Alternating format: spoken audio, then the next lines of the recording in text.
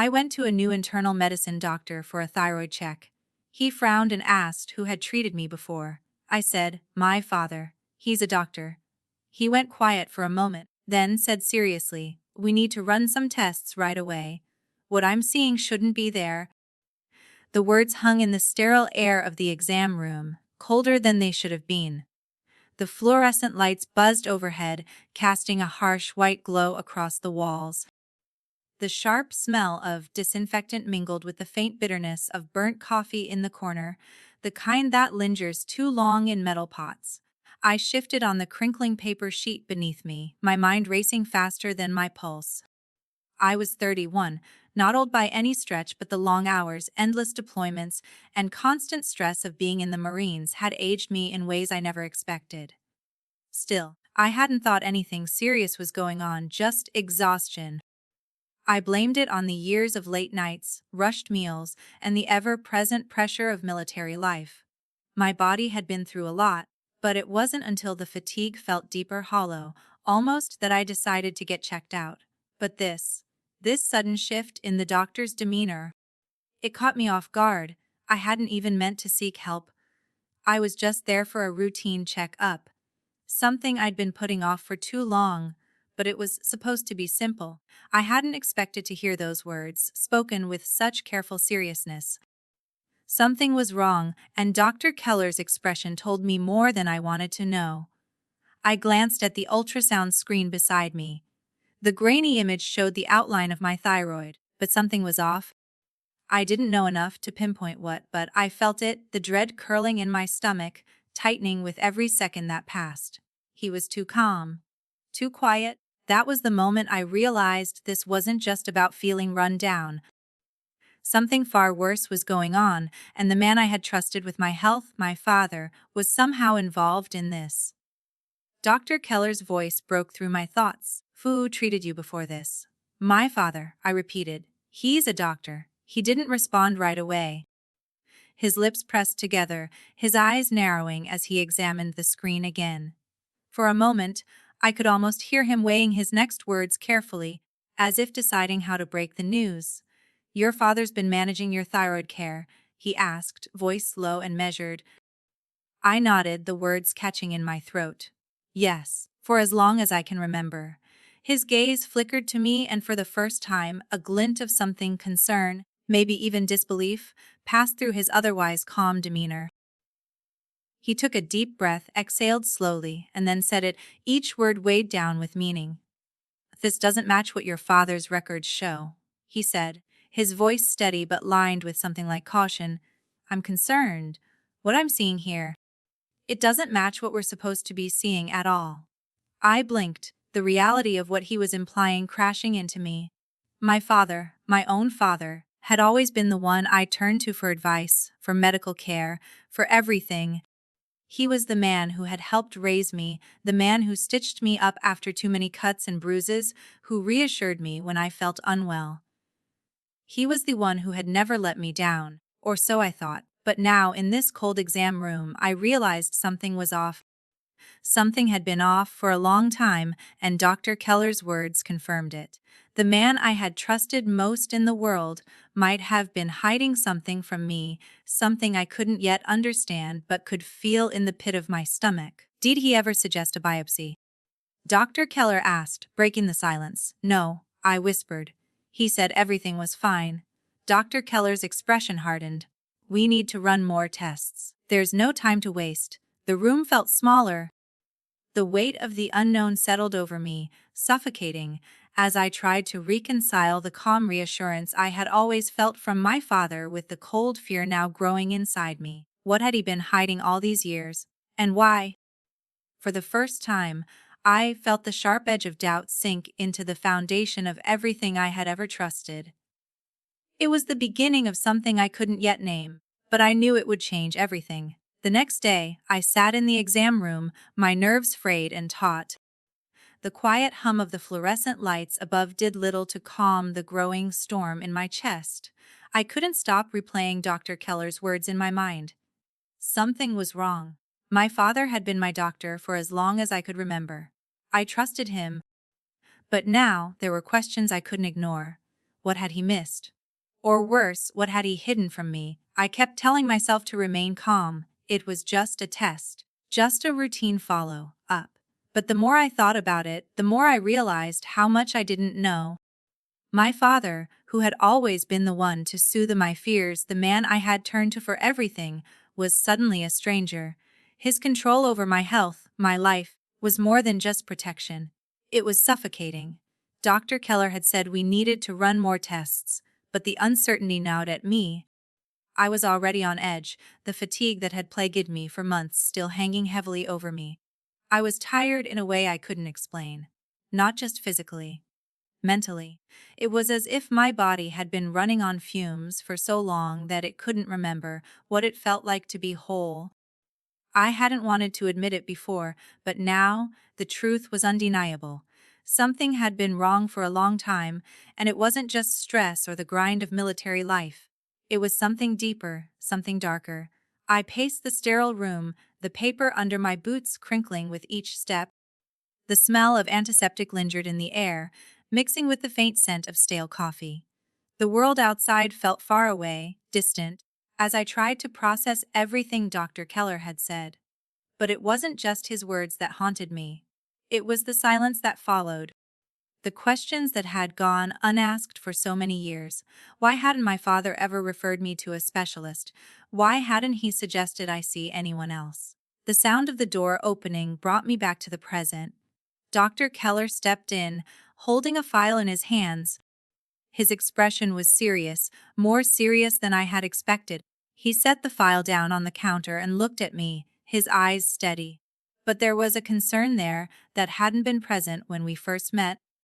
"Kilo," he began, his voice gentle but firm, "I've reviewed your records, and I need to be upfront with you. This isn't just about the thyroid nodule we saw on the ultrasound. There are discrepancies between your records and the test results. I can't ignore that." My heart raced. "What do you mean, discrepancies?" I asked, the words barely escaping my throat. Dr. Keller paused, collecting his thoughts. "Your thyroid levels from your father's records, Chloe, they don't match what I'm seeing. You've been treated for years, and yet there are signs that this condition has been developing for a long time. It's not just the nodule. It's the way your thyroid's been functioning. I don't know what he told you, but this should have been flagged much sooner." A chill ran down my spine. I knew what he was implying. My father, the man I had trusted with my health, had missed something important, or worse, had failed to acknowledge it. He had always been so sure, so confident that everything was fine. But what if it wasn't? What if my father had been hiding the truth from me all this time? "I don't understand," I said, trying to steady my voice. "How could he miss something like this? I've been under his care my whole life." "I don't know," Dr. Keller replied. "But what I do know is that you need further testing, and we need to figure out how long this has been going on." I nodded, my stomach twisting with dread. This wasn't just about my health anymore. This was personal. I had trusted my father, my doctor, to protect me, to take care of me. But now, doubt had crept in like a shadow, and it was slowly suffocating the trust I had in him. "Chloe," Dr. Keller said, his voice quieter now, "has he ever suggested a biopsy or referred you to an endocrinologist?" I shook my head, unable to speak. The truth was slowly sinking in, and I wasn't sure I could handle it. I had always believed my father's reassurances. He was a doctor. He was the one who had taught me to trust the process, to trust him. But now, everything felt like it was unraveling. "Listen," Dr. Keller said, his tone more urgent. "I need to make sure this doesn't get worse. We can't afford to wait." I barely heard him. My mind was reeling, trying to piece together the fragments of my life, my health, and my father's role in it all. The man I had looked up to, the man who had always been in control, had somehow failed me. He had been hiding something, and I wasn't sure I was ready to face what it meant. As Dr. Keller left the room to arrange the next set of tests, I sat there, alone with my thoughts. The weight of what I had just learned pressed down on me, and I couldn't escape the feeling that I had just opened a door I wasn't prepared to walk through. What had my father been hiding, and why hadn't I seen it before?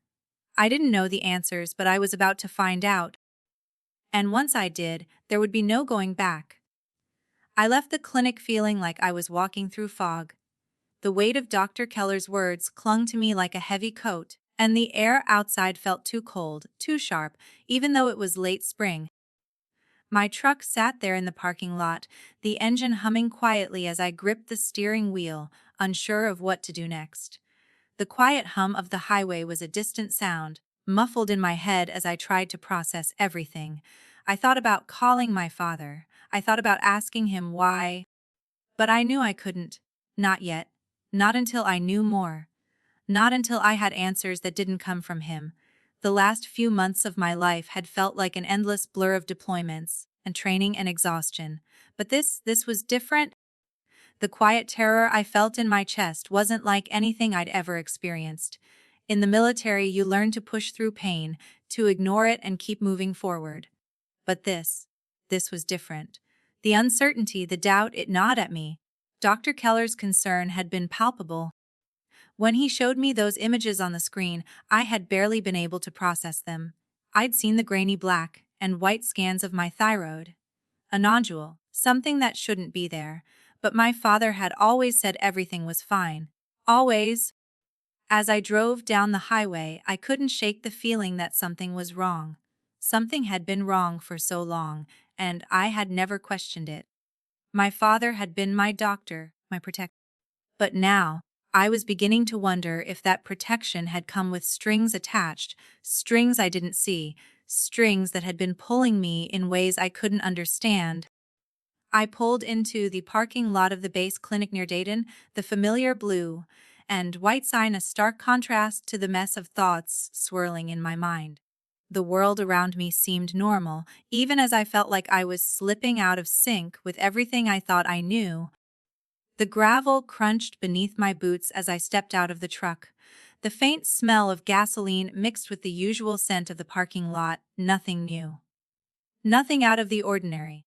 But the moment I stepped through the door of the clinic, everything felt different. The soft buzz of fluorescent lights overhead, the muted conversations in the waiting room, even the smell of antiseptic, it was all just background noise to the weight I carried with me. The receptionist greeted me with a friendly smile, but her words barely registered as I walked past her to the small waiting area. I sat down, my fingers tapping nervously on the edge of the chair.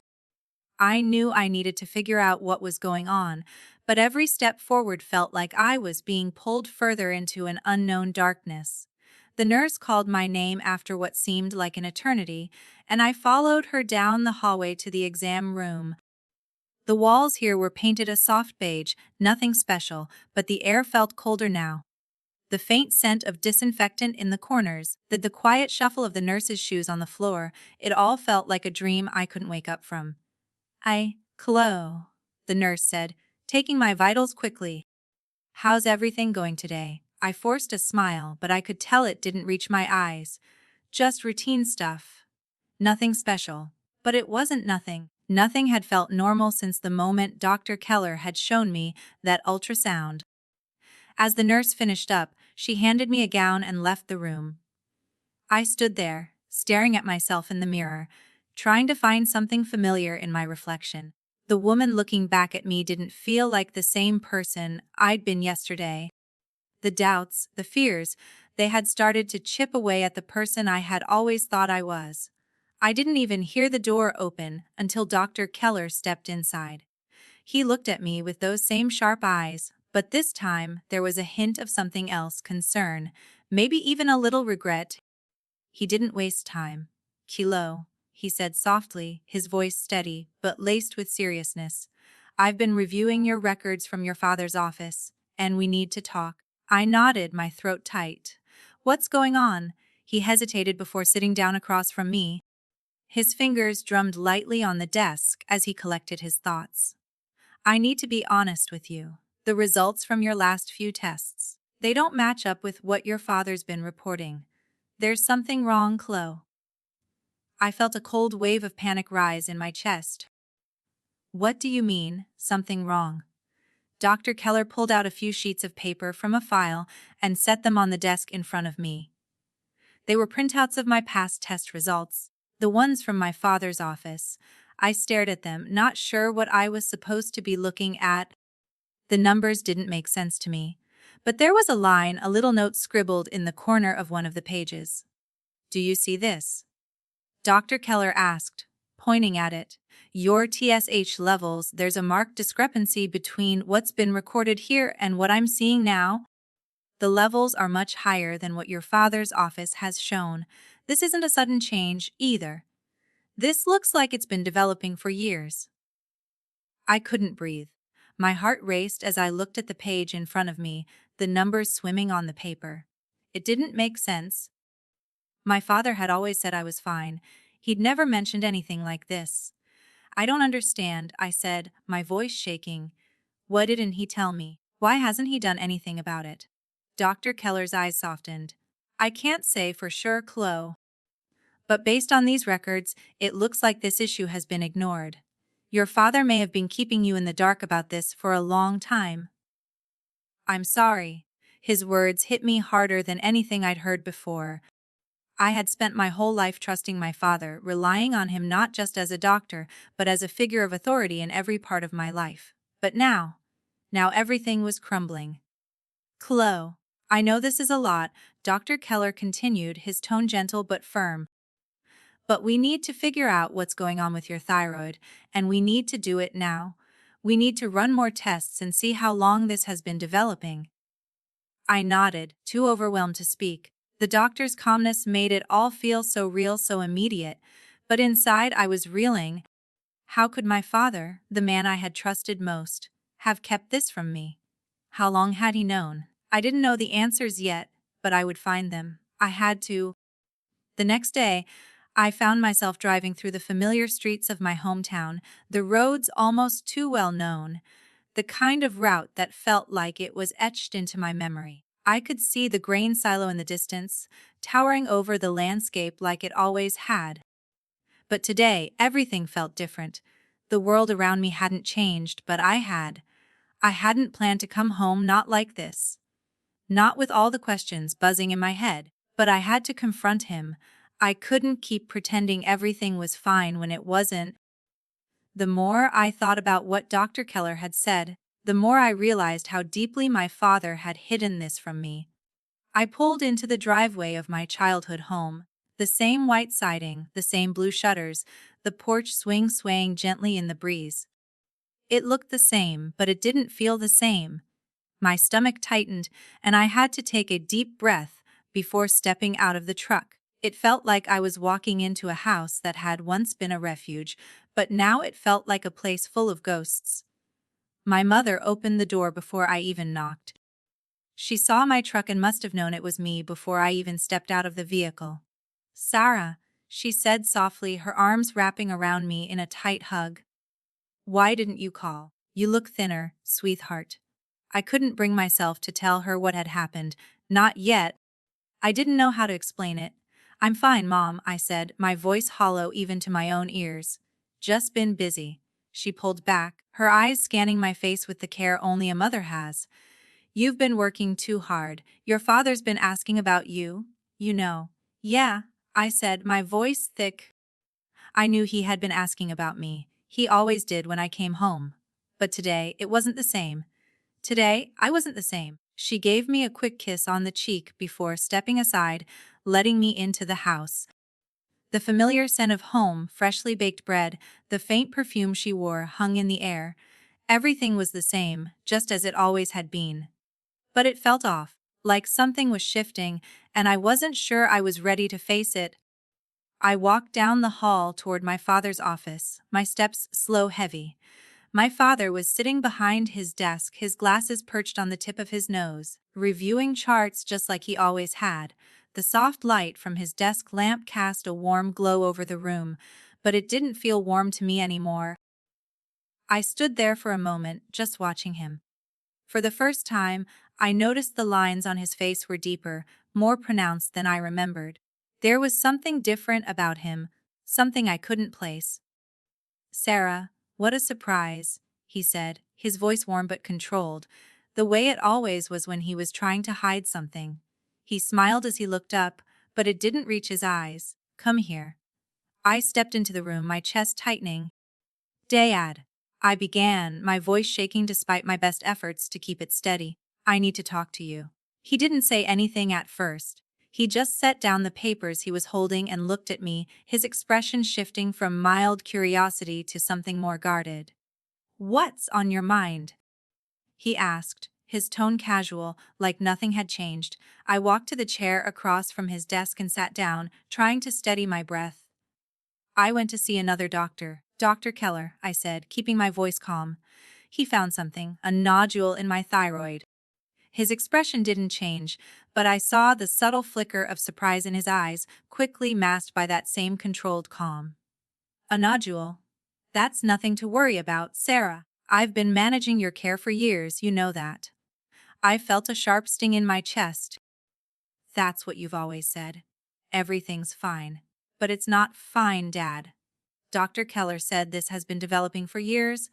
Why didn't you tell me? Why didn't you refer me to a specialist? Why haven't you done anything about it?"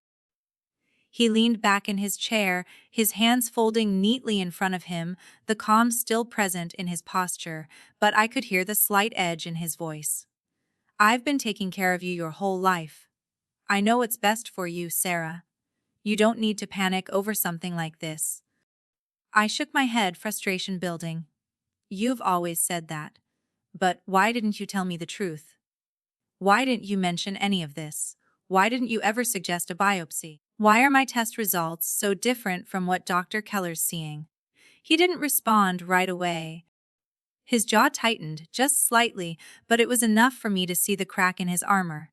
"You worry too much," he said, his voice colder now.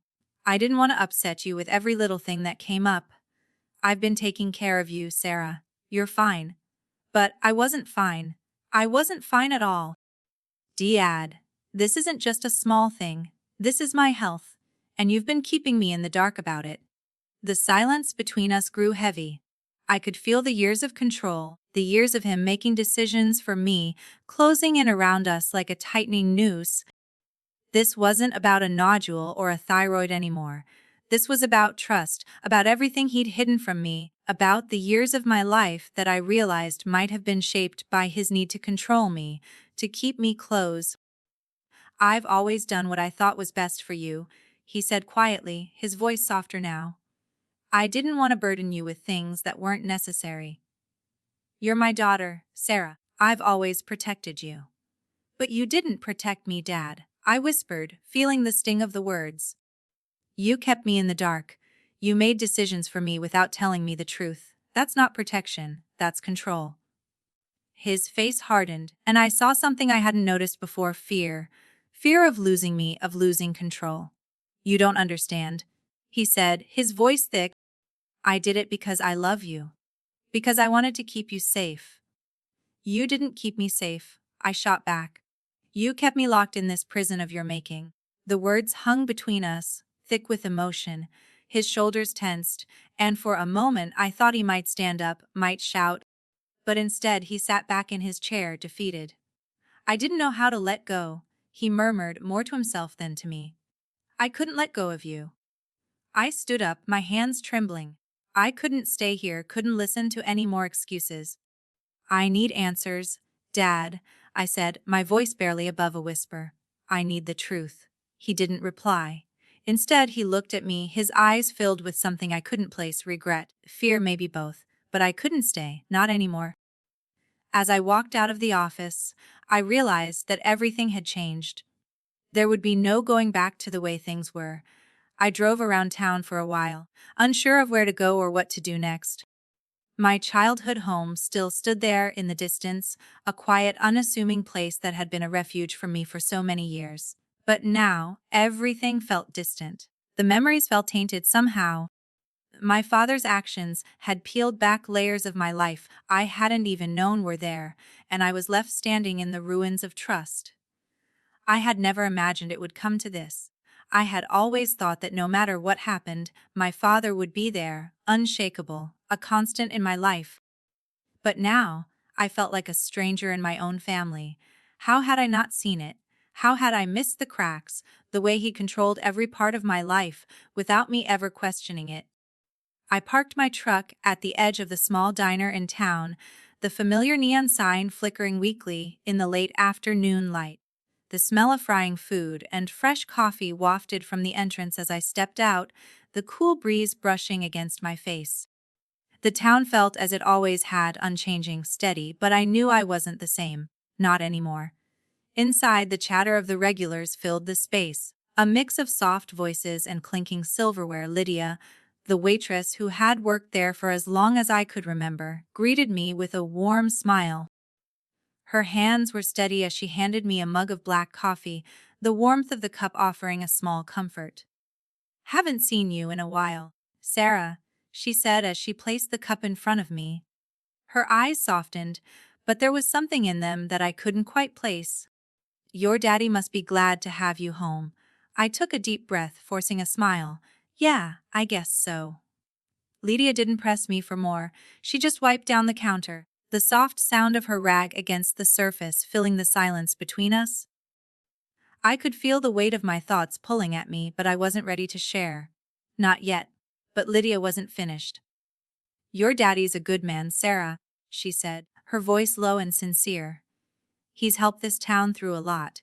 He's done more for people than you can imagine." I stared down at my coffee, the warmth of it doing little to soothe the cold knot in my chest. "I know, Lydia.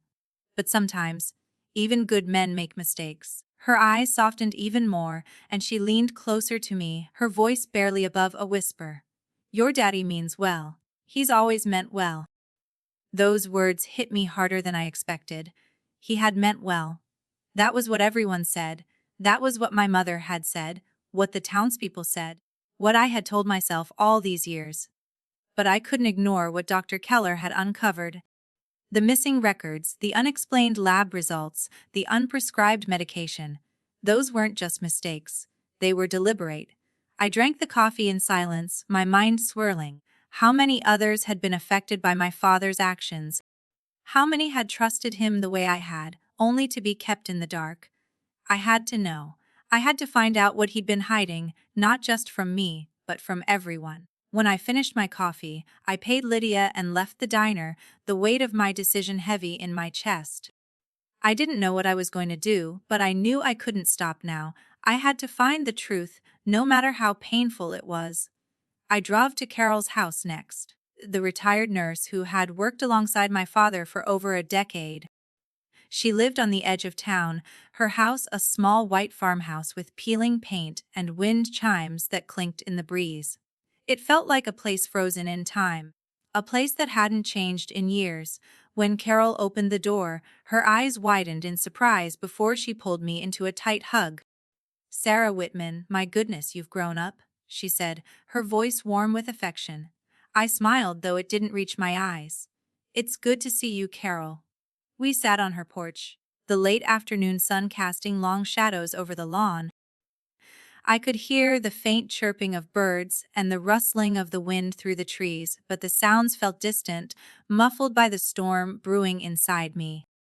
After a few minutes of small talk, I took a deep breath and asked, "Carol, when you worked with my dad, did you ever notice anything strange about how he handled my medical care?" She hesitated, her hands tightening around the glass of lemonade in her lap. "Well," she said slowly, "how your father always preferred to handle your care himself. He didn't trust anyone else to do it right." I felt a pang of frustration. "But did it seem odd to you, his insistence on keeping everything in-house, on doing everything himself?" Carol looked down at the lemonade for a moment before meeting my eyes. "Back then, maybe a little. But he was your father, Sarah. He always said he knew best. And he was a good doctor. People trusted him. I didn't question it, and I don't think anyone else did either." Her words stung, but they also confirmed what I had begun to suspect. My father's control wasn't just about me. It was about everyone, and everyone had allowed him to keep things hidden even when they should have been questioned. "Do you think he ever missed something?" I asked, my voice low. Carol shifted in her chair, her gaze falling to the ground. "I think your father always believed he knew best, even when he didn't. He did things his way, Sarah." And sometimes that wasn't the right way. It wasn't the confirmation I wanted, but it was enough to make my heart heavy with truth. My father had built a world around himself, a world that was designed to protect him, to keep him in control. And I had been living in that world, blind to the truth. As I left Carol's house, the evening air felt colder. The sky was dimming, the last traces of sunlight slipping away. I drove back through the familiar streets, my mind racing. The town hadn't changed. But I had. I wasn't sure what to do next, but I knew I couldn't turn back. The truth was out there, and I was going to find it, no matter the cost. I couldn't shake the feeling that everything was closing in on me. I hadn't expected things to escalate like this. When I first started looking into my father's records, I had thought maybe it was a mistake, some simple oversight. But the more I uncovered, the more I realized how deeply entrenched his actions were in my life, in everyone's lives. The weight of it felt unbearable, and yet I couldn't stop myself from digging deeper. The next day, I returned to Dr. Keller's office, determined to get to the bottom of this. The uncertainty gnawed at me, but there was something else, something more urgent now. I had already made my decision. I wasn't going to let this go. But with each passing hour, the stakes felt higher. My father's reputation, his career, and the trust I had once placed in him were all on the line. When I walked into Dr. Keller's office, he was already there, waiting.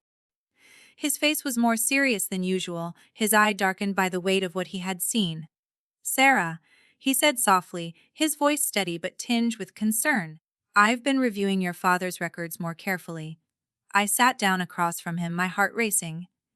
"What did you find?" Dr. Keller placed a stack of papers in front of me, each one covered in scribbled notes and printouts of test results. He leaned back in his chair, his eyes never leaving mine. "There are things here that shouldn't be. A lot of them. I've found traces of medications your father prescribed to you without any formal documentation, unapproved adjustments to your dosages, and tests that were never followed up on." I stared at the papers, trying to make sense of the jumble of information in front of me. The words blurred together as my mind struggled to process them. My father had been controlling, yes, but this was something else entirely. "How long has this been going on?" I asked, my voice barely a whisper. Dr. Keller sighed, running a hand through his graying hair. "Longer than you've been told, that's for sure. From what I can see, these issues have been developing for years. And the most disturbing part is that your father didn't take the necessary steps to address them. Instead, he's been managing everything himself, outside of any formal medical system."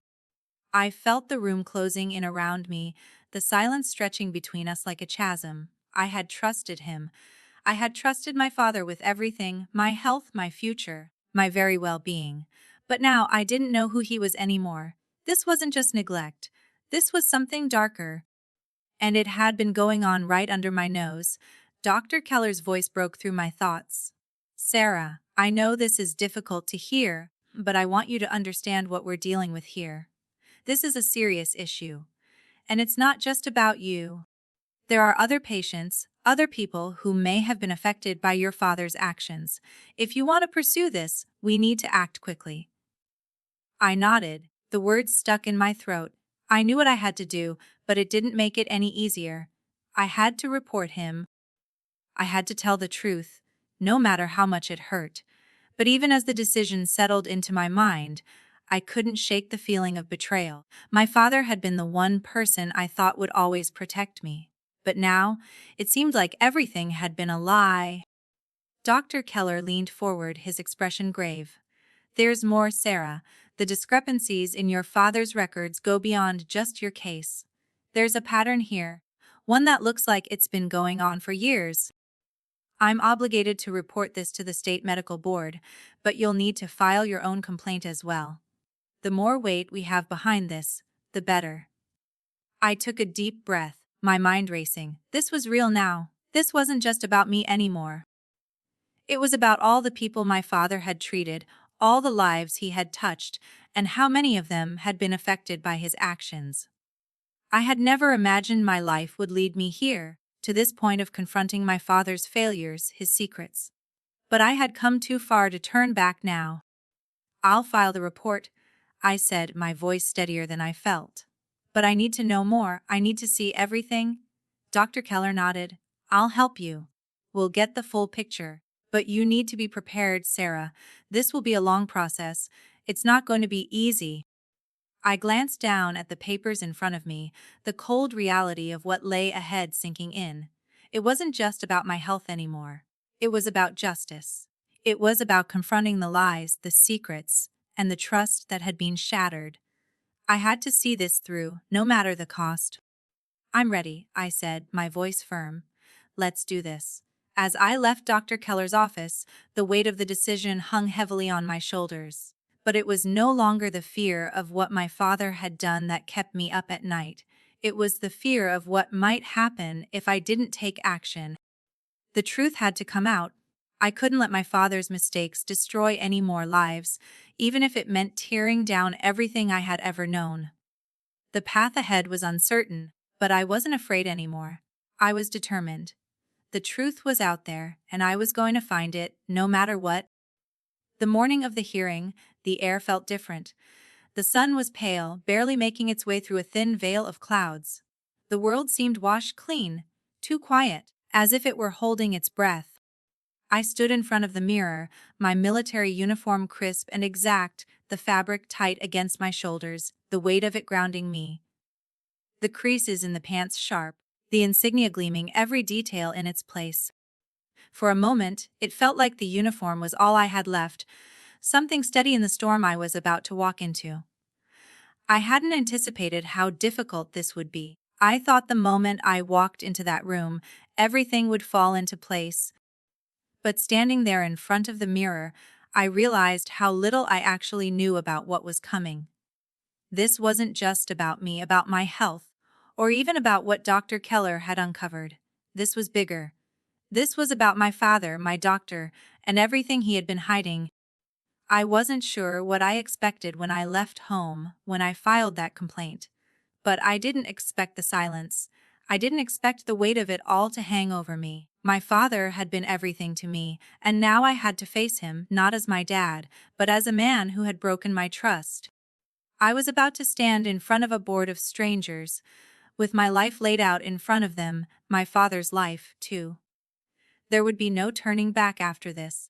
The hearing was scheduled for 10 in the morning, but when I arrived at the state building, I was already there a full hour early. The building was old, unassuming, just a plain brick structure with a flag that flapped lazily in the breeze. It didn't feel like a place where lives were changed, but I knew better. I knew how much was on the line. I walked through the doors and past the security desk, my boots clicking against the tile floors. The space was sterile, with the faint smell of cleaning supplies in the air. The fluorescent lights hummed softly above, casting a pale light on everything, making everything look just a little too real, too sharp. I found the waiting area. It was small, with hard back chairs and a faint smell of stale coffee lingering in the air. The walls were painted a dull beige, and the soft murmur of voices around me felt far away, disconnected. My heart was beating too fast, and every breath I took felt shallow. I couldn't stop thinking about my father, about the man I had known, the man who had been my doctor, my protector, the man who had lied to me, and then I saw him. My father sat at the far side of the room, his shoulders hunched, his head down. He was dressed in a suit, but it didn't look right. It was too stiff, too formal. It wasn't the man I remembered. His hair, once neatly combed, looked messy, and there was something in his posture, something resigned, that I hadn't seen before. His eyes were bloodshot, like he hadn't slept in days.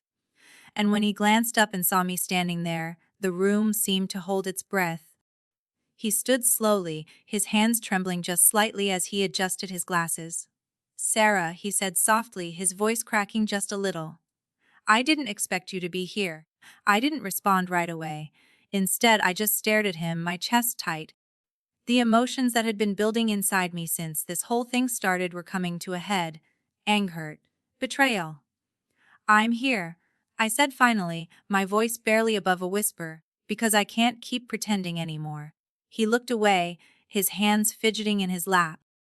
The man I had trusted, the man I had loved unconditionally, looked smaller now. He wasn't the towering figure I remembered. He wasn't the one who had always seemed so sure of himself, so in control. In that moment, he was just a man vulnerable and afraid. "Sarah, I'm sorry," he said, his voice low, almost pleading. "I never wanted any of this. I didn't know how to handle it. I thought I was protecting you." "Protecting me," I repeated, my voice rising despite myself. "By lying to me, by hiding the truth. That's not protection, Dad. That's control." His eyes darkened. "I never meant to hurt you," he said, his voice thick with emotion. I thought I knew best. I was trying to protect you from something you weren't ready to deal with, from something that would have destroyed you." I took a step forward, my anger flaring. "You had no right. No right to make those decisions for me. You kept me in the dark, Dad. You took away my ability to choose, to trust anyone but you." The words hung in the air between us, and for a long moment, neither of us said anything. I could feel my heart pounding in my chest, the weight of the moment pressing down on me. I had waited for this moment for so long, but now that I was here, it didn't feel like the victory I had imagined. It felt hollow, like something had broken beyond repair. The door to the hearing room opened and a staff member stepped out. "Sarah Whitman," she called. I turned to look at my father one last time, the weight of everything we had been through hanging in the air. He was still standing there, his face pale, his hands clenched at his sides. There was nothing left to say, no more words that could fix this. The truth was out. The damage was done. I nodded and stepped forward, walking toward the door with my heart in my throat. This wasn't going to be easy. But I was ready. I had to be. For me. For everyone who had been affected by my father's mistakes. This was the moment I had to face him, not just as my father, but as a man who had failed. And it was the moment I had to find a way to move forward, no matter how painful it would be. The door closed behind me, and I walked into the room. The weeks following the hearing were quieter than I expected. The small town I had grown up in continued its slow march forward, unbothered by the seismic shift that had taken place in my life. People went about their routines, coffee at the diner, kids riding bikes down the street, farmers tending to their crops, but everything felt different to me. Every corner I turned, every familiar face I saw, carried the weight of what had happened. I couldn't escape it, but I didn't want to either. I spent more time at the clinic, though not as a patient this time. I volunteered for a veterans support group, helping other service members who needed someone to talk to. It wasn't much, but it gave me a sense of purpose, something that felt steady in a world that had been upended. The group was mostly older veterans, but there were a few younger faces too, some who had seen the harshness of war, others just trying to make sense of their place in the world. The veterans would sit in a circle, talking about anything and everything, the weather, the war, the things that haunted them. Sometimes we didn't talk about much at all, and that was okay. The simple act of sharing space with others who understood the weight of what it meant to serve, to carry burdens no one else could understand, gave me a sense of belonging I hadn't realized I was missing. But the weight of the past never fully left me. The decision I'd made, to stand up for myself and expose my father's wrongdoings, had set a series of events in motion that I couldn't reverse. My father had been suspended from practicing medicine, and the investigation into his actions had only just begun.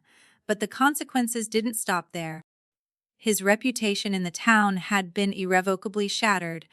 The trust that people had placed in him over the years had crumbled, and I had to live with that. There were days when I couldn't stop thinking about the impact of what I had done. Had I done the right thing? I wasn't sure. There were moments when I wondered if there was another way, a way that didn't involve tearing apart everything my father had built, even if it had been built on lies. The night after the hearing, my mother had called. "Your father wants to see you," she said softly. "He's different now." Quiet, thinking a lot. "He wants to apologize, Sarah. He wants to talk." I didn't answer right away. I wasn't sure I was ready. My father's apology wasn't something I could just accept. Not yet. Not when so much had been left unsaid between us. I was still processing everything, still trying to make sense of the shattered pieces of my trust in him. "I'll come by later this week," I finally said. My voice was steady, but I could feel the weight of the words pressing down on me. I wasn't sure I was ready for that conversation, but I knew I couldn't keep avoiding it forever. That Thursday, I went to my father's house. The familiar sights of the old porch swing, the flower bed he had tended to for years, the old oak tree in the front yard, they were all still there. But they didn't feel the same. Everything was different. My father was different. When I walked into the house, I was greeted by my mother, her expression hesitant. "He's in his study," she said quietly. "He's waiting for you." I didn't respond. I just nodded and walked down the hall toward the study. The door was slightly ajar, and I could see him sitting at his desk, papers scattered in front of him. His glasses were perched on the end of his nose, and he was staring at the wall, lost in thought. The room was dim, the only light coming from the soft glow of the desk lamp. I hesitated for a moment, then knocked gently on the doorframe. "Sarah," he said, his voice quiet. He looked up at me, his face pale, the lines of stress etched deeper than I remembered. "I've been waiting for you." I stepped into the room, my heart pounding. The familiar smell of his cologne, the scent of old books and leather filled the air, but it didn't comfort me like it used to. It just made everything feel heavier. "Dad," I said, my voice catching in my throat. "I'm here." He motioned for me to sit, and I did, but there was a distance between us now, a chasm that couldn't be bridged by a simple apology. I stared at him, trying to find the man I had known, the man who had always been there for me, the man who had once been my protector. But all I saw was a man broken by his own choices, a man who had chosen control over honesty. "I don't know where to begin," he said, his voice cracking. "I've been thinking a lot, Sarah. I've been trying to make sense of everything that's happened." I didn't say anything. I just waited, watching him carefully. There was so much I wanted to say, so much anger I still carried, but I knew I couldn't unload all of it on him right now. I needed to hear what he had to say first. "I've made so many mistakes," he continued, his voice barely above a whisper. "I know I've hurt you, and I know I can't undo what I've done. I was scared, Sarah. I was scared of losing you. And I thought that by keeping you close, by controlling things, I could protect you from everything else. I didn't know how to let go." My chest tightened. His words were heavy, and they sank deep, but they didn't heal the wounds. "Not yet. Not after everything. I didn't want to lose you," he said again, his voice breaking. "I thought if I kept everything in my hands, I could keep you safe." I didn't know what to say. I had spent so many years angry at him, angry at the way he had manipulated me, but hearing his voice break, hearing the weight of his regret, it shifted something inside me. I wasn't sure if I could forgive him. But in that moment, I realized that forgiveness wasn't about excusing what he had done. It was about finding peace for both of us. "I don't hate you, Dad," I said quietly. "I'm hurt, I'm angry. But I don't hate you." His eyes filled with tears. "I don't deserve your forgiveness." "No," I whispered, "you don't. But forgiveness isn't about deserving. It's about letting go of the weight." "I'm trying, Dad, but it's going to take time." He nodded, tears slipping down his face. "I'll be here when you're ready." I stood up, my heart heavy with everything that had been said. "I'm not ready now," I said softly, my voice shaking. "But maybe someday I will be." And with that, I walked out of the room, the door clicking softly behind me. As I stepped outside into the cool evening air, I felt a weight lift from my shoulders. The road ahead wouldn't be easy, and maybe I would never fully heal. But I knew that this was the beginning of something. It wasn't forgiveness, not yet. But it was a start. And that was enough for now.